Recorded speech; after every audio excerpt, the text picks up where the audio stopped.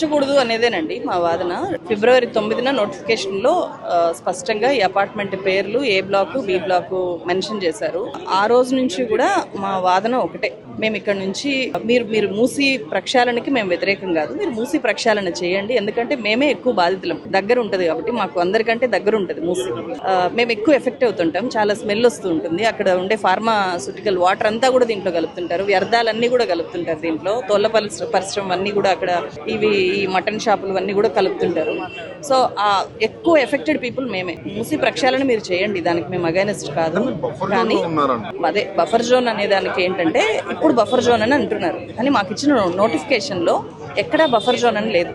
ఆ రోజు గుర్తులేదు గవర్నమెంట్, ఆ రోజు తెలియని బఫర్ జోను మేము వ్యతిరేకించిన తర్వాత బఫర్ జోన్ పుట్టింది. మేము ఎప్పుడైతే ఆందోళన చేయడం మొదలు పెట్టామో అప్పుడు బఫర్ జోన్ అని చెప్తున్నారనమాట. అంటే మేము ఇక్కడ గవర్నమెంట్ ఇస్తే ఏదైనా ఆఫర్ చేస్తే దాన్ని తీసుకొని వెళ్ళిపోతారు అనేలాగా బహుశా అనుకుందేమో గవర్నమెంట్, అందుకని నోటిఫికేషన్ ఇచ్చింది. ఆ తర్వాత మేమందరము ప్రొటెస్ట్ చేయడం మొదలుపెట్టిన తర్వాత లేదు మీరు బఫర్ జోన్ లో ఉన్నారు అని చెప్పడం మొదలుపెట్టారు. ఆ తర్వాత ఏకంగా సీఎంఏ మీ వాల్యూ 0 చేస్తాము అని చెప్పి బ్లాక్ మెయిలింగ్ దిగారు.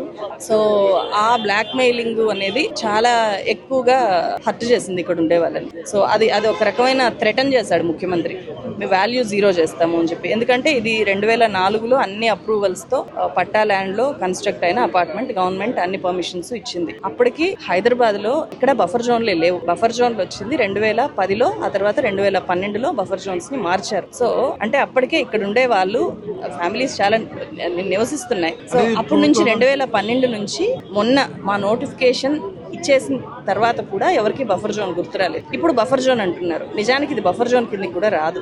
ఎందుకంటే ఈ పక్క ఉండేది నది అని చెప్తున్నారు, ఇది వాగు. రివలెట్స్ కి ఇప్పటికి కూడా 9 మీటర్స్ బఫర్. ఇది రివలెట్. ఎంత పెద్ద వర్షం వచ్చినా హైదరాబాద్ లో చాలా లోతట్టు ప్రాంతాలు మునిగిపోయినా అపార్ట్మెంట్ పక్కనుండే రోడ్డు మీద కూడా వాటర్ రావు. అండ్ దీంట్లో ఒక నెల రోజులు కూడా ఉండవు వాటర్, ఫుల్ గా వాటర్. అక్కడ గండిపేట గేట్లు ఎత్తినప్పుడు మాత్రమే కొద్ది రోజులు వాటర్ పోతాయి, అంతే, అంతకు మించి ఇక్కడ వెళ్ళవు. సో అందువల్ల 50 మీటర్స్ బఫర్ జోన్ అనేది ఇప్పుడు కొత్తగా తీసుకొని వచ్చారు. 30 మీటర్స్ బఫర్ జోను కూడా దీనికి అప్లికబుల్ కాదు. ఇది 9 మీటర్స్ బఫర్ జోను, రివలెట్ కింద ఉండే అపార్ట్మెంట్. అందుకే అప్పుడు పర్మిషన్ ఇచ్చారు. ఇప్పుడు ఆ పర్మిషన్ అది కాదు, అది తప్పుడు పర్మిషన్ అని చెప్పి ఇప్పుడు చెప్తున్నారు. 2010లో బిల్డింగ్స్ కట్టడం కాదండి, 2004 కాంగ్రెస్ గవర్నమెంట్ ఉన్నప్పుడే దీనికి పర్మిషన్స్ అన్ని వచ్చాయి.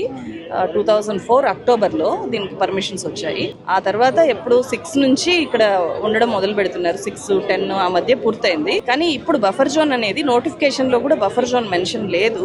అప్పుడు ల్యాండ్ ఎక్విజిషన్ అనే చెప్పారు. ఆ తర్వాత మేము ఎప్పుడైతే ప్రొటెస్ట్ చేసామో అప్పుడు బఫర్ జోన్ అనే ఒక భయపెట్టడానికి బఫర్ జోన్ అనే దాన్ని బయటికి తీసుకొని వచ్చి, ఇక్కడ సమస్య లేకపోతే ఎవరైనా వచ్చి సమస్య క్రియేట్ చేయలేరండి. అది బీఆర్ఎస్ కానీ ప్రతిపక్షాలు ఏవైనా సరే, చాలా పార్టీలు వస్తున్నాయి.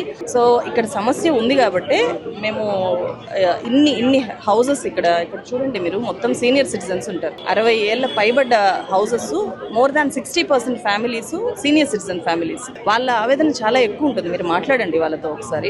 వాళ్ళ పిల్లలు బయట ఉంటారు, వాళ్ళు ఇక్కడ ఉంటారు. ఇక్కడ వాళ్ళు చాలా పీస్ఫుల్ గా ప్రశాంతమైన వాతావరణంలో ఇక్కడ ఉండాలని చెప్పి చాలా ఏళ్ల నుంచి ఇక్కడ ఉంటూ, ఇక్కడ ఉండే నైబర్స్ తో అడ్జస్ట్ అయిపోయి, సొసైటీతో మింగిల్ అయిపోయి ఉంటున్నారు. వాళ్ళకి ఇక్కడ నుంచి కొంచెం కొన్ని రోజులు మీరు వేరే దగ్గర ఉండి మళ్ళీ రండి అంటే కూడా చాలా కష్టం వాళ్ళకి. అట్లాంటి కండిషన్ లో వాళ్ళు ఉంటారు. సో అది చాలా పెయిన్ఫుల్. అంటే పక్కన స్కూల్ ఉంది, చాలా మంది పిల్లలు చదువుతుంటారు, ఆర్మీ వాళ్ళు ఎక్కువ ఉన్నారు. సో ఇవి ఇంత సమస్య ఉంది కాబట్టి అందరూ ఆందోళన వ్యక్తం చేస్తుంటే ప్రతిపక్షాలు, ప్రజా సంఘాలు, రకరకాల పార్టీలు అందరూ వస్తున్నారు, మద్దతు తెలియజేస్తున్నారు. సో ఇప్పటిదాకా అధికార పార్టీ రాలేదు, ఒక కాంగ్రెస్ లీడర్ కూడా లోపలికి వచ్చింది లేదు. మేము మీకు అంటే మొత్తం మూసి ప్రక్షాళన చేసి బాగు చేస్తాము, జనం మంచి కోసమే ఇది అని చెప్పి చెప్తున్నారు కదా. అట్లాంటప్పుడు ధైర్యంగా ఎందుకు రావట్లేదు, ఎందుకు ఇక్కడ ఉండే వాళ్ళతో మాట్లాడట్లేదు? ఇన్ని పార్టీలు వస్తున్నాయి కదా, ఇక్కడ ఉండే లోకల్ రిప్రజెంటేటివ్స్ కానీ, ఇక్కడ ఉండే పార్టీ వాళ్ళు కానీ వచ్చి కన్విన్స్ చేయొచ్చు కదా, ఎందుకు చేయలేకపోతున్నారు అంటే they don't have any answer.